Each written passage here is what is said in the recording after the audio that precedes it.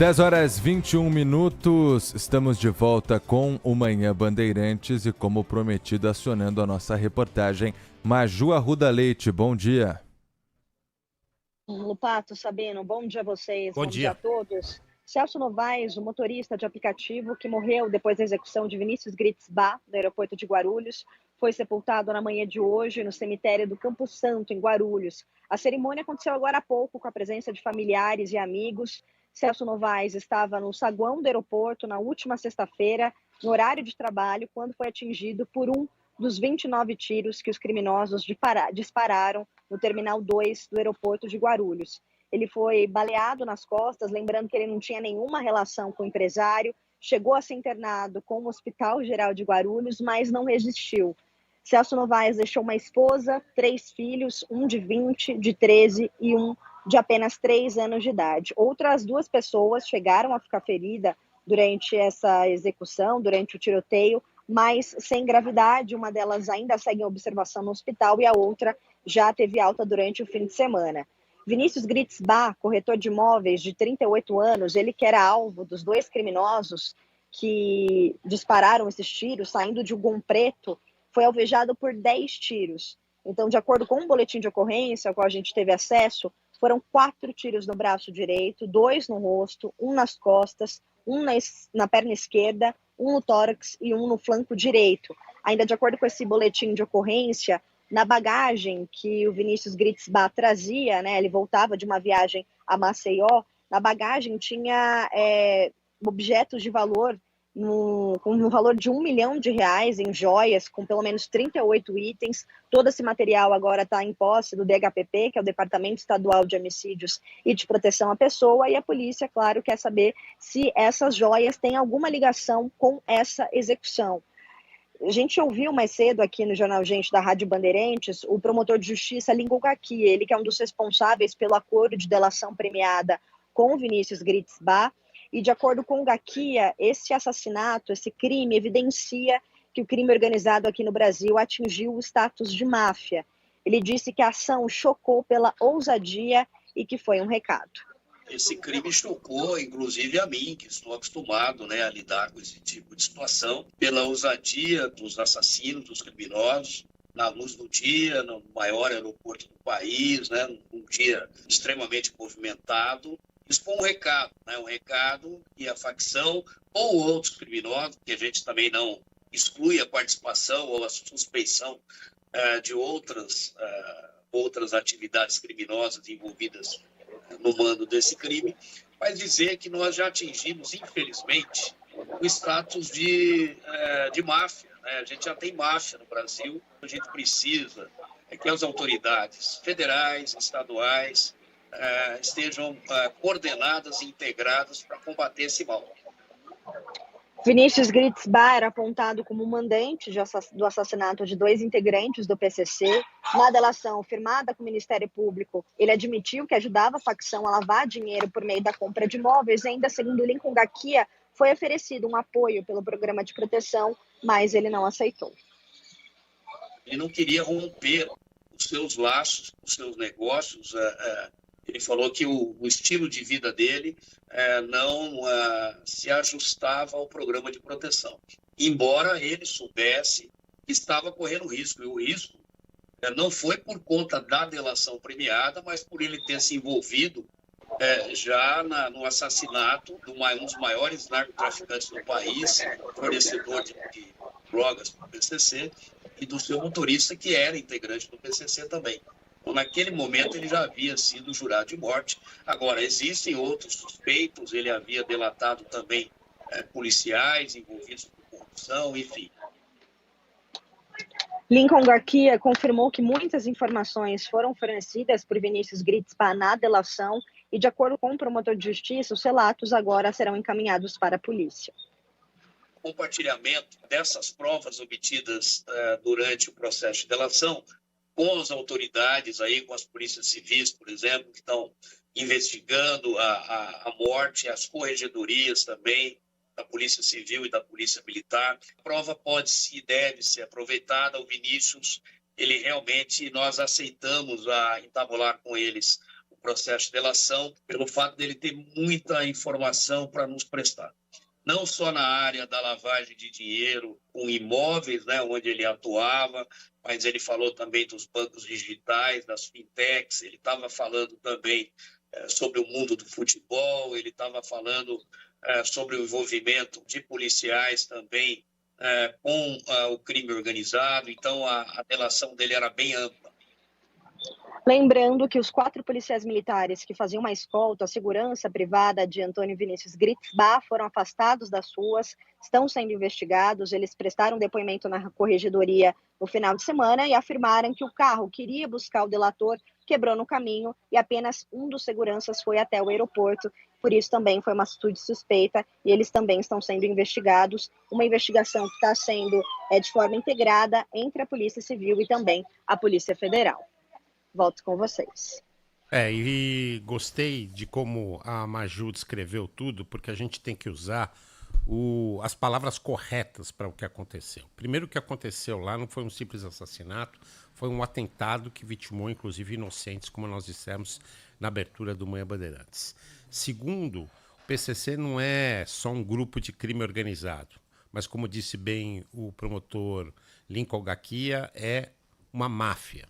E terceiro, o tal do Antônio Vinícius Lopes Gritzbach, que acabou sendo assassinado, não é um empresário. Ele é um bandido, é um delator, é um assassino quase que confesso, porque ele também é acusado de ser mandante de morte, mas com certeza é um bandido. Então vamos usar o português correto para o que aconteceu lá, para não ficar minimizando a gravidade do que houve no aeroporto de Guarulhos na sexta-feira. Bom, obrigado a Maju Arruda Leite pelas informações. Maju. E a gente continua nesse assunto agora conversando com o promotor do Ministério Público de São Paulo, Márcio Cristino. Ele que é também o autor do livro Laços de Sangue, a história secreta do PCC. Senhor que já investiga e já trabalha para tentar entender essa organização criminosa há décadas. Bom dia. Bom dia. Agradeço a gentileza, a atenção. Quero parabenizar o Marco Antônio e o Sabino. Eles fizeram uma colocação muito importante agora, que acho que faltou até o momento alguém dizer. Ele não era um cidadão, ele era um bandido, um homicida, alguém manipulador. Então, as coisas têm que ser colocadas nos seus devidos parâmetros, né? Eu também agradeço a atenção de todos os ouvintes da Rádio Bandeirantes. Muito obrigado. O senhor investiga o PCC há quanto tempo já? E qual que é o atual status? Lincoln Gaquia disse mais cedo aqui na Rádio Bandeirantes que já é uma máfia. Mas dentre as máfias há muitos níveis. O do PCC hoje é muito maior do que se imagina? Olha, se você for definir máfia, vai depender do conceito que você der. Não dá para caracterizar o PCC, por exemplo, como uma máfia igual do mesmo nível da máfia italiana, por uma questão muito simples. A máfia italiana existe há mais de 300 anos e participou da construção do Estado na Sicília.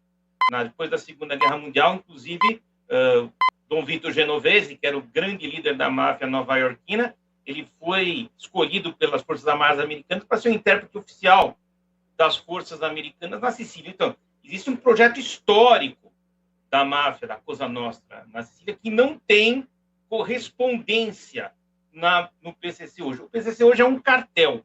É talvez a maior organização criminosa, uma das maiores organizações criminosas da América do Sul, e a que mais cresce porque é que tem maior campo de expansão. Então, nós estamos diante de um cartel poderoso, um cartel que tem condições de executar ações espetaculares, e eu quero apenas fazer 2 referências. Não é a primeira vez, e nem será a última, que essa organização criminosa pratica atos tão espetaculares. Vamos lembrar 2, que foi a morte do juiz Machado, muito mais impactante do que foi a morte desse delator. O juiz Machado representava o Estado e tinha sob sua responsabilidade o controle dos processos de cumprimento da pena dos líderes do PCC. Então, aquele homicídio, o PCC afrontou o Estado. E eu quero lembrar também que, em 2006, São Paulo sofreu com uma onda de ataques onde 70 policiais foram mortos. Então, essa questão do homicídio no aeroporto de Guarulhos é de grande impacto, mas está na mesma linha, né, até um pouco abaixo de todos os atos que já foram praticados no momento anterior. Nós temos que ter uma noção desse progresso, uma noção histórica, uma evolução histórica daquilo que o PCC representa, que é hoje a maior organização criminosa do Brasil. Promotor, bom dia para o senhor, Marco Antônio Sabino. Não está tudo muito estranho? 4 seguranças, 3 teriam ficado num posto de gasolina onde o carro quebrou. O assassinato aconteceu na frente de um micro-ônibus da Guarda Civil Metropolitana de Guarulhos. O local onde aconteceu, numa sexta-feira, que talvez seja um dos dias de maior movimento no aeroporto. Não está tudo muito estranho? Olha, é evidente que esse atentado, ele teve um planejamento de cunho até militar. Por quê? Porque houve uma infiltração das informações, é evidente, eles sabiam que horas o Vinícius chegar, por onde ele ia sair, onde ele estaria. Isso só é possível para quem estivesse próximo dele. Como a gente costuma dizer, só trai quem pode pôr a mão nas suas costas, né? Então, alguém ali, alguma forma de informação foi suscetível.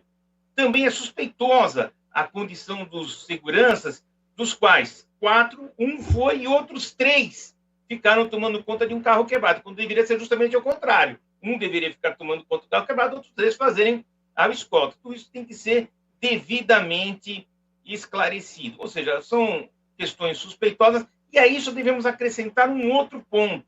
Assim, olha, ele não aceitou a proteção porque não dava combustível de vida. Eu não penso que seja assim. Eu penso que ele não aceitou porque ele continuava agindo criminosamente. Tanto assim que R$1 milhão em joias foram encontrados na bagagem dele. Então, essa ação criminosa envolve não somente essa manipulação por parte dele, mas é evidente que também uma infiltração e um planejamento de nível militar. O senhor fala em planejamento de nível militar e, ao mesmo tempo em que é tudo muito estranho, uma história extremamente mal contada, é também uma história que deixa todo mundo muito assustado. A gente escutou o Lincoln Gaquet dizendo que até a ele, que há tantos anos combate o primeiro comando da capital, é assustador pensar que em um lugar tão movimentado, numa sexta-feira à tarde, plena luz do dia, um assassinato acontece dessa forma.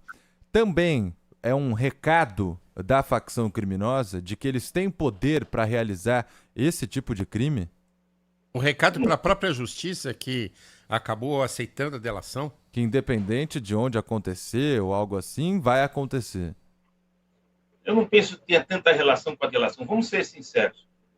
O Vinícius roubou um dos maiores traficantes do Brasil. Ele levou, segundo estima, R$40 milhões.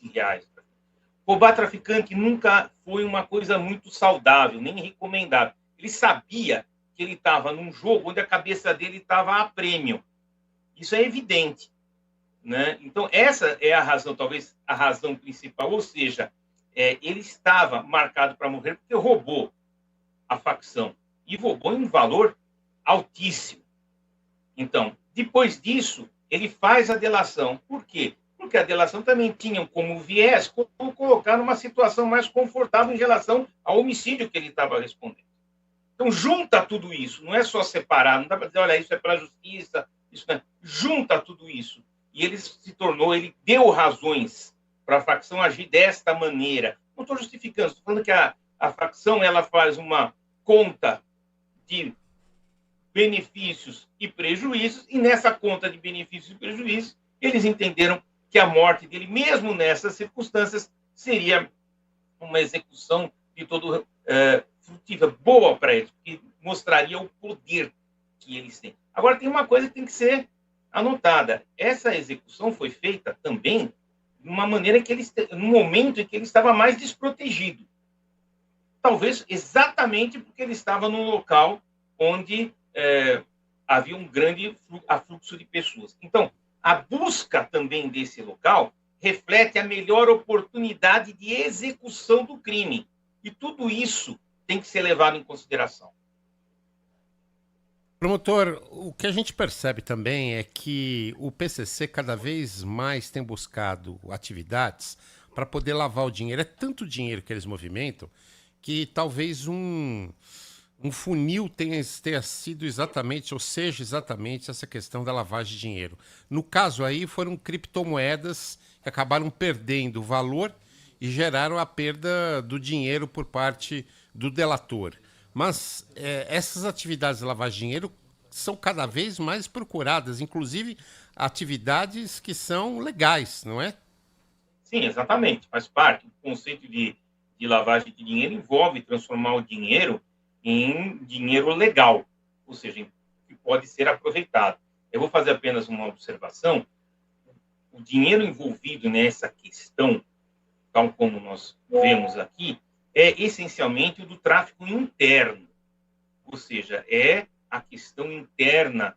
Lembrando que o Brasil é um dos 3 maiores consumidores de cocaína do mundo, porque a repartição do dinheiro que vem, principalmente das organizações europeias, que é o grande consumidor da droga do PCC, vai para a Bolívia, que é muito mais fácil de trabalhar do que no Brasil, embora aqui também seja uma quantia inegavelmente grande, de milhões, mas você tem que fazer essa divisão. Agora, o Vinícius não era propriamente um membro do PCC, ele era um coligado, né? Alguém que foi contratado para fazer um serviço. Essa era a grande função. Ele era um manipulador e desviou dinheiro, não só perdeu, ele desviou dinheiro.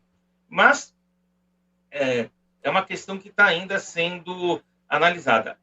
Não é apenas a lavagem de dinheiro que possibilita esse tipo de ação. Nós temos que ter também uma atenção voltada para a arrecadação. Porque não existe lavagem sem arrecadação. Então, nós temos que focar a arrecadação do dinheiro para também depois focar a lavagem.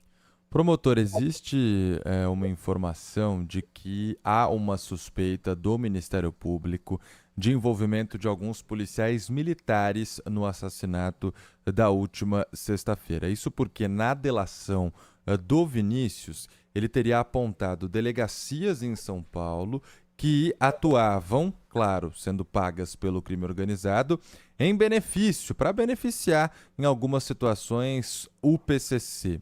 Isso é verdade? Essas delegacias já foram localizadas, os suspeitos também? O senhor tem alguma informação em relação a isso? Isso eu não posso comentar, mas a única coisa que eu posso dizer é que o modo de execução, o modo como os agentes saíram do carro, o modo, as armas que eles usaram e o método de execução, sem dúvida, indicam, no mínimo, uma preparação estilo militar.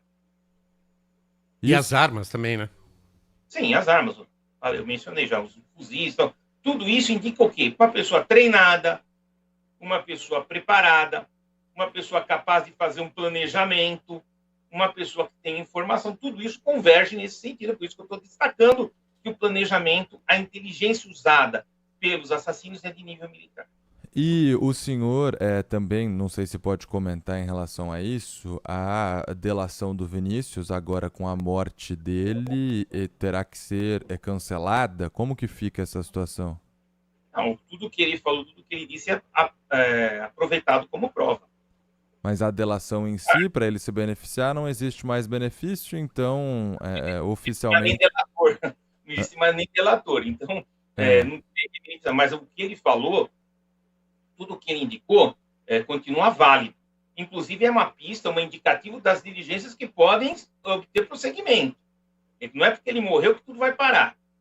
Isso significa que vai prosseguir, mas não vai prosseguir, obviamente, não vai prosseguir com as novas informações com a ajuda dele.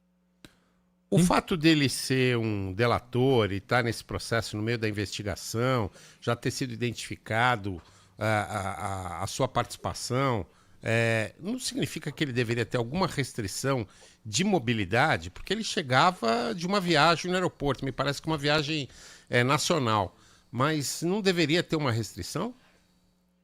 Teoricamente deveria, mas vamos reafirmar o que eu já disse. Ao que parece, e ao que se me afigura, ele continuava exercendo outras atividades criminosas, daí porque ele não quis. E essa foi uma das condições da delação. Então, nós temos que entender bem quem é essa figura. Sem dúvida, o Vinícius não é uma figura tradicional, uma figura simples, uma pessoa complexa, né, que tinha vários interesses e, sem dúvida, era um grande manipulador. O senhor disse que provavelmente acredita que tenha sido o roubo de 40 milhões de reais feito pelo Vinícius, e esse dinheiro seria de um dos líderes do PCC, que motivou o assassinato, e não a delação em si. Deve ser um caso isolado de retaliação do crime organizado, ou é o início de uma série de contas que serão esclarecidas aí pelo PCC? Não, na verdade, o grande motivo, a grande questão do Vinícius era exatamente o fato de ele ter subtraído dinheiro. Todo indivíduo que se dispõe a trabalhar lavando dinheiro para o crime organizado corre um risco tremendo, isso é evidente. Agora, quando você tira o dinheiro da própria pessoa a quem você dispõe a lavar, você está assinando sua sentença de morte, porque o traficante jamais admitirá ser roubado. Então, ao que me parece, há uma convergência de motivos. Agora, ele já estava enredado nessa ação há muito tempo, tanto que ele é denunciado como mandante da morte desse traficante, ou seja, ele era um homicida que matou um traficante. Então, há razões de sobra para que ele fosse executado pelos copartícipes do tráfico. Isso era evidente muito antes, há muito tempo, antes que se dispusesse a falar ou dar informação com relação à participação de policiais. Entendi. Promotor, eu queria também perguntar para o senhor sobre a organização em si. Pelo que eu entendi aí da resposta, deve ter sido algo isolado porque o Vinícius roubou um dos líderes do PCC. Mas o senhor falou em organização espetacular, uma infraestrutura espetacular que o PCC tem hoje. A gente conversou semana passada com um colega do senhor que disse que é empresarial hoje a organização do PCC. O que precisa ser feito para combater essa que é a principal facção criminosa do Brasil, que começou aqui no interior de São Paulo? Porque acabar com ela é muito difícil. Mas para tentar reduzir casos como esse que nós estamos falando. Olha, a questão parece complexa, mas não é. É uma questão muito simples, né? O PCC é tráfico. É uma grande organização de narcotraficantes. Ele ele se associou com produtores de cocaína na Bolívia, transporta a cocaína pelo Brasil, vende aqui dentro, domina o mercado interno e tem uma grande parte dos seus rendimentos voltados para a exportação na Europa. É isso que é o PCC. Agora, o Brasil é um país que tem uma certa esquizofrenia com relação ao tráfico. Aqui, o combate ao tráfico é feito de uma maneira muito duvidosa. A legislação é uma legislação confusa, é uma legislação impertinente, difícil, né? Você tem penas mínimas que são sempre reduzidas.